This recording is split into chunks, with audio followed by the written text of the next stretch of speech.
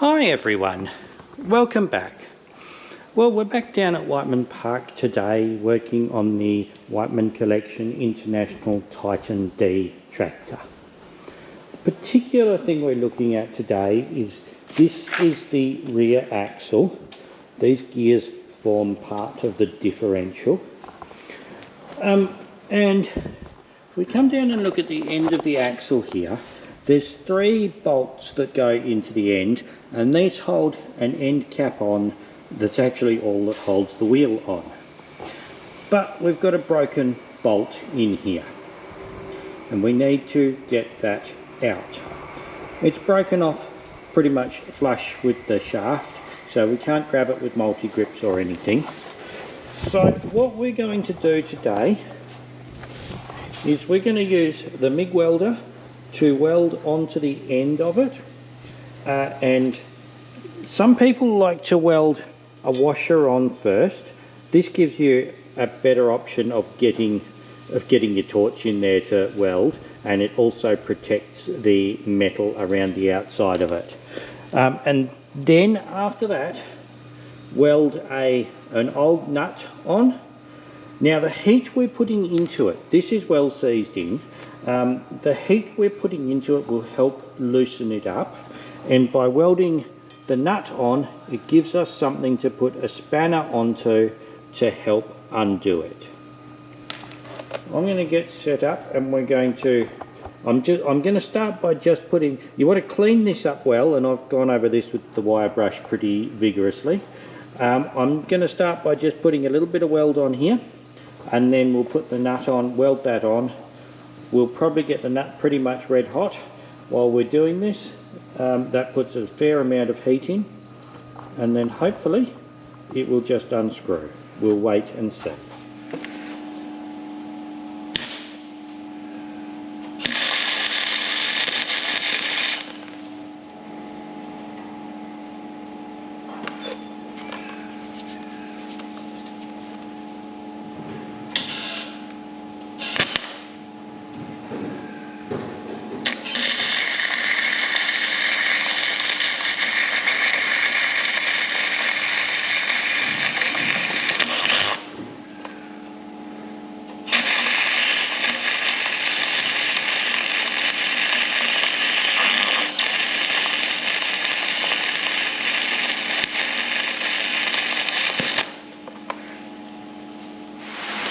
So one thing to note here is that a non-galvanised nut does work a lot better than a galvanised one, because when you're welding it, you've got to burn the galvanising off before anything will stick to it. We'll just let that cool for a moment.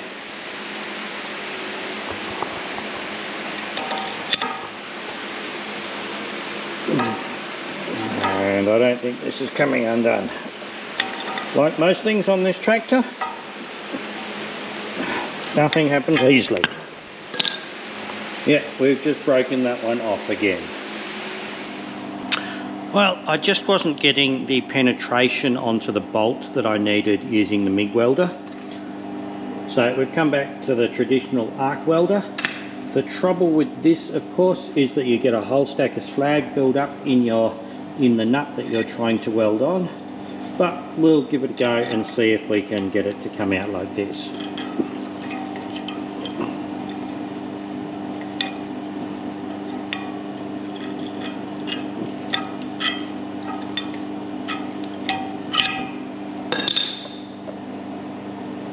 Well, it's still firmly fixed in there, but we are getting a better grip on it.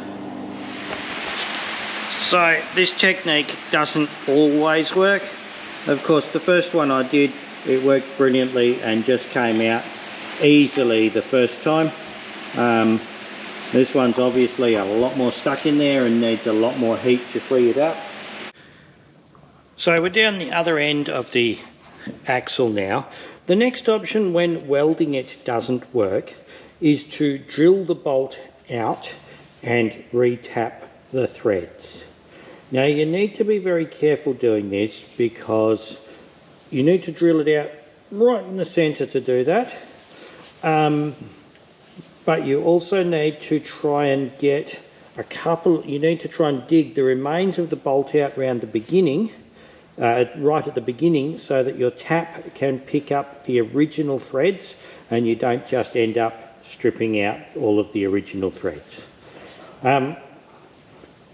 Sometimes if you drill off centre, this allows you to you drill out and out and out until you're just touching the threads, and that can loosen it up enough to sometimes get the bolt out. This one's pretty well seized in here, so we're just going to go ahead and tap it out.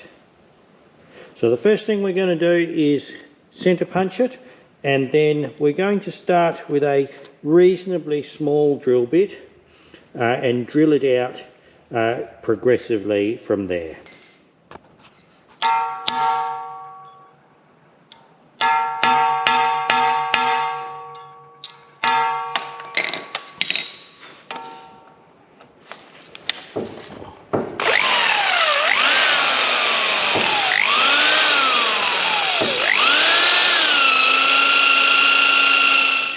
Now that we've got our hole drilled in here, one other option we have is something like this. This is called an easy out. It's got a reverse or a left-hand spiral thread on here. So you screw the theory is you screw this in, you do this up tight, and when it bites on the bolt, it will just unscrew it. In my opinion, whoever named these easy outs should be shot, because I have never really got them to work very successfully. Usually what ends up happening is that you break this in there, and then you've got to try and drill out the really hard tool steel material. So with most of this old stuff, I don't even bother with these. There are a couple of different types you can get. I suspect that the square ones that you hammer in might work a little bit better, but I haven't actually tried them. Now, because this bolt was broken at a bit of an angle, it made it very hard to drill dead centre.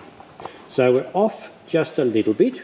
So what we're going to do now is we're going to use a rotary burr just to bring it back to the centre. This also allows us to just take it out a little tiny bit at a time, and we can take a little bit extra out right at the front so that we can try and break off the first row of threads to get our tap to seat into that.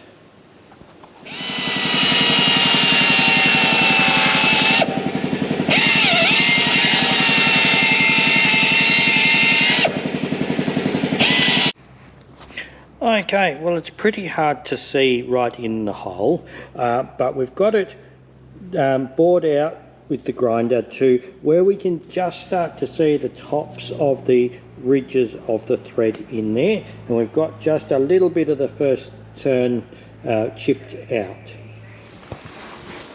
Now that we've got it to that point, we're going to run a tap in through there to cut the threads.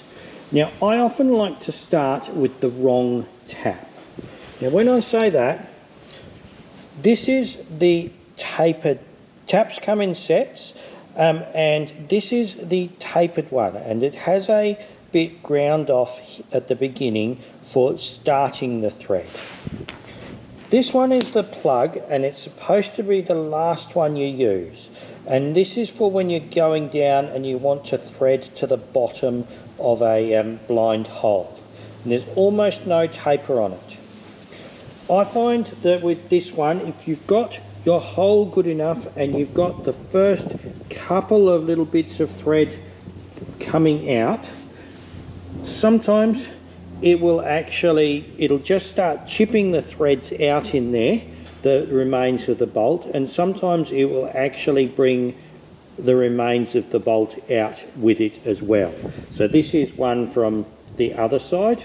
I'm not sure where I put the other little bit, but yeah, so and because it's a much squarer start, it will grip onto that first little bit of thread that you've exposed there better.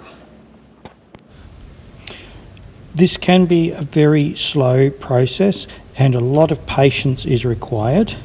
We just want to screw the tap in a little way, then we're going to back it off and we're going to pick out that first little bit of thread that it has just knocked off into the hole there. Then we just keep repeating this process until we have got all of the remains of the bolt out of the bolt hole. So once again with this one, a little bit of patience, we eventually managed to actually get the last little bit of the bolt stuck on the end of the tap, and that unscrewed as we screwed the tap back out again. Getting broken bolts out can often be a frustrating process, and I have never found one particular method that works better than all of the others. The key is always patience. Take your time, because when you rush, that's when you break more things. As always with this sort of thing, the ones I did off camera came out far more easily than the ones that I did on camera. So the first one that I welded a nut onto, unscrewed straight out with no issues at all. The first one I drilled out came out quite easily, and I managed to unscrew a fair bit of the end of it. So I hope this has given you a couple more ideas when you end up with a problem like this as to how you might be able to tackle it. Anyway, thanks for watching, and I hope to see you again next time. Bye.